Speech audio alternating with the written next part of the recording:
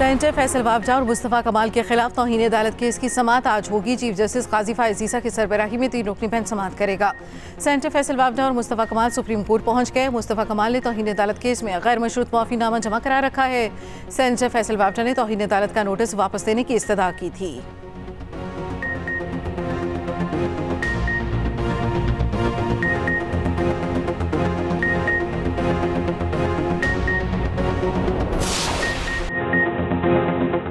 मोदी की इंतहा पसंदी की सियासतरत दावों के बरक्स मोदी भारी अक्सरियत लेने में नाकाम। तीसरी बार इत्तेहादियों की मदद से बीजेपी की हुकूमत बनेगी। इस बार मोदी को तगड़ी ऑपोजिशन का सामना करना पड़ेगा। लोकसभा की 543 में से 526 के नतीजे आ गए। मोदी के 400 सीटों की जीत के दावों के बरक्स बीजेपी इत्तेहाद एनडीए 280 सीटों पर कामयाब। कांग्रेस इत्तेहाद इंडिया 209 सीटें ले उड़ा। मोदी का मरकज में हुकूमत बनाने का ऐलान। बीजेपी हेडक्वार्टर्स में कारकुनों से खिताब में फिर ढिठाई से क्लीन स्वीप का दावा कर दिया। पंजाब में मोदी का इत्तेहाद कोई सीट न जीत सका। तमिलनाडु में भी एनडीए को 1 सीट न मिली। महाराष्ट्र में कांग्रेस का बोलबाला। मगरबी बंगाल में भी बीजेपी कुछ न कर पाई।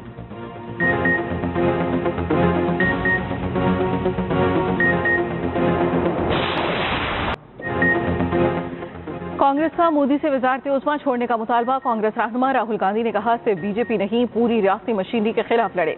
खुफिया एजेंसियां, ब्यूरोक्रेसी और आदि अदरिया भी हमारे खिलाफ थी। इंडिया इत्तेहाद ने इलेक्शन में भारतीय आइन को बचा लिया। बीजेपी ने पार्टियां तोड़ी, वज़राए आला को जेल में डाला, हर हथकंडे को इस्तेमाल किया। कांग्रेस रहनुमाओं ने मुत्तहिद होकर हुकूमत के खिलाफ इलेक्शन लड़ा। बीजेपी अपने मज़मूम अज़ाइम में कामयाब नहीं हो पाएगी। लोकसभा इंतखाबात में कांग्रेस को बड़ी कामयाबी मिली। राहुल गांधी दोनों सीटों पर इंतखाबात जीत गए। बंगाल की वज़ीर आला ममता बनर्जी का मोदी से इस्तीफे का मुतालबा।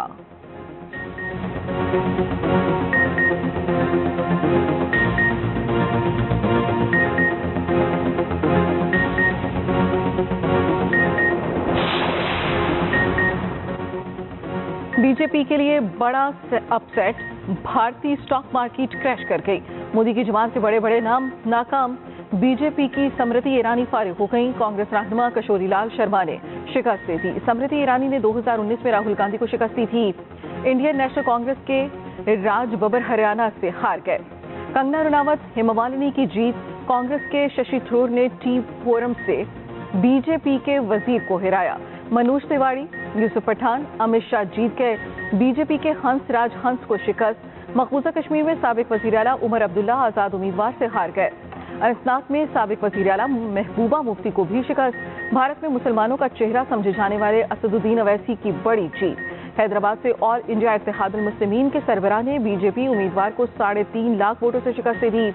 असदुद्दीन अवैसी ने बीजेपी की माधुरी लता को हराया। मुतनाज़ा राम मंदिर बनाना भी मोदी को फायदा न पहुंचा सका। अयोध्या में भी बीजेपी उम्मीदवार को शिकस्त। नरेंद्र मोदी यूपी के इलाके वाराणसी से मैंने खुद भी कहा था जब केस चल रहा था, आप शायद नहीं थे वकील। नहीं, मैं नहीं था। तो उनको कहा था भाई ये कर लो, कि क्यों नहीं कर रहे हो, अब इलेक्शन कर लो, क्यों नहीं कर रहे हो, अभी भी वक्त है।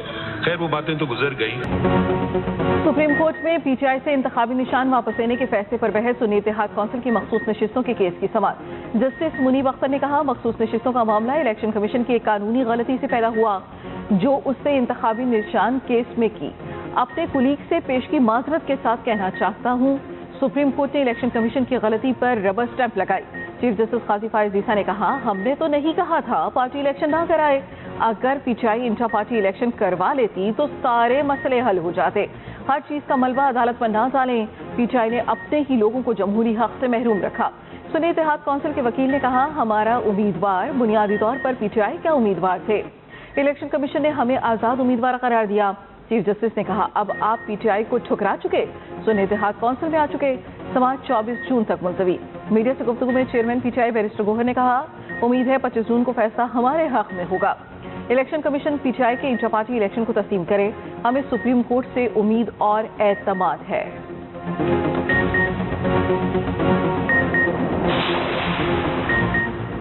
सी पैक नए मरहले में दाखिल हो रहा है। वन बेल्ट वन रोड शानदार मंसूबा है। वज़ीर आज़म शहबाज शरीफ का चीनी मीडिया को इंटरव्यू। कहा, हर मुश्किल वक्त में ताउन पर चीनी क़यादत और आवाम के शुक्रगुजार हैं। ज़राई शोबे में चीन के तजुर्बात से फ़ायदा उठाना चाहते हैं। पाकिस्तानी अवाम चीन से बहुत मुतासिर हैं, बहुत कुछ सीखना चाहते हैं। खित्ते की तरक्की के लिए सदर शी जिनपिंग के विजन को सराहते हैं। वज़ीर आज़म शहबाज शरीफ की कम्युनिस्ट पार्टी शेज़न के सरबराह से मुलाकात। वज़ीर आज़म ने कहा, चीनी हुकूमत और आवाम की मेहमान नवाजी का शुक्रगुजार हूँ।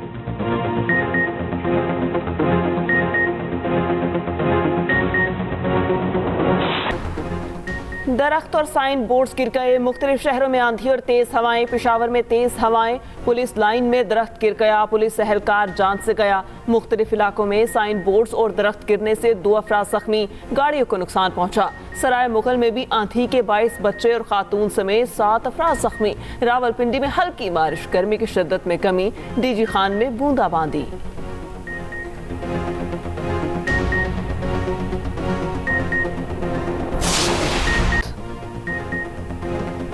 चेयरमैन एमकेएम खालिद मकबूल सिद्दीकी का वज़ीर आज़म और वज़ीर दाखिला से राब्ता। कराची में स्ट्रीट क्राइम और वारदातों का मामला उठाया। खालिद मकबूल सिद्दीकी की वज़ीर आज़म से हैदराबाद आने की दरख्वास्त। वज़ीर दाखिला से गुफ्तगू में खालिद मकबूल ने कहा, कराची में स्ट्रीट क्राइम की रोकथाम में अपना किरदार अदा करें। मुस्तफ़ा कमाल कहते हैं, कराची में अमन कहाँ है? तर्जुमान सिंध हुकूमत का रद्द-ए-अमल। कहा, मुस्तफ़ा कमाल सस्ती शोहरत के लिए गैर जिम्मेदाराना बयान दे रहे हैं। तर्जुमान एमकेएम का कहना है, सिंध हुकूमत मुस्तफ़ा कमाल को जवाब देने के बजाय शहीद होने वाले नौजवानों के वालिदैन को जवाब दे।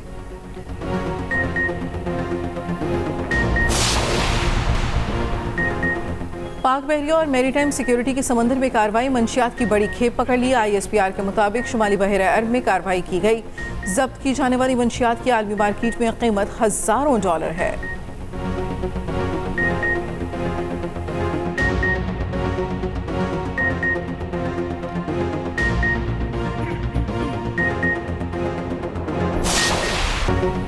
T20 वर्ल्ड कप के हाई वोल्टेज टाकरे। स्कॉटलैंड और इंग्लैंड के मैच में बारिश ने रंग में भंग डाल दिया। मैच खत्म कर दिया गया। दूसरे मैच में नीदरलैंड्स ने नेपाल को दबोच लिया।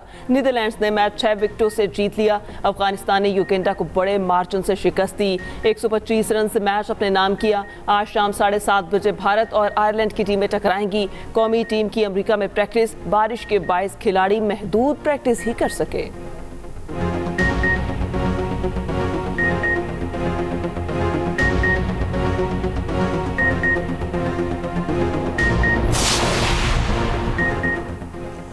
नौ जून को पाक भारत टाकरे में दहशतगर्दी का खदशा। अमेरिका के नसाउ स्टेडियम की सिक्योरिटी फुल प्रूफ। इजाफी सिक्योरिटी तैनात। क्रिकेट स्टेडियम के मखसूस मकामात पर स्नाइपर्स ड्यूटी देंगे। श्रीलंकन टीम ICC के रवैये से नाखुश। सफरी शेड्यूल को गैर मुनसिफाना करार दे दिया। लंकन खिलाड़ी का नाम लिए बगैर भारत पर नवाज़ का शिकवा। कहा, कुछ टीमों को होटल के बिल्कुल करीब रखा गया। हमारा वेन्यू घंटों के सफर पर है।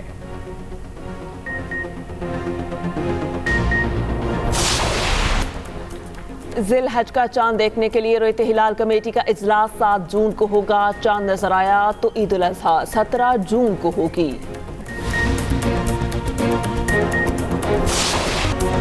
और मवेशी मंडियों में रौनकें बढ़ गई। मौसम बेहतर होते ही खरीदारी में भी तेजी। मुल्तान में बैलों की जोड़ी की धूम। बादशाह शहनशाह के नाज नखरे भी देखने वाले। उधर कराची की नॉर्दर्न बाईपास मवेशी मंडी में जंगल के बादशाह की एंट्री। 1 2 नहीं, पूरे 6 शेर बच्चों के हमरा मौजूद। शेरों की 3 जोड़ियां शहरियों की दिलचस्पी का मरकज बन गईं।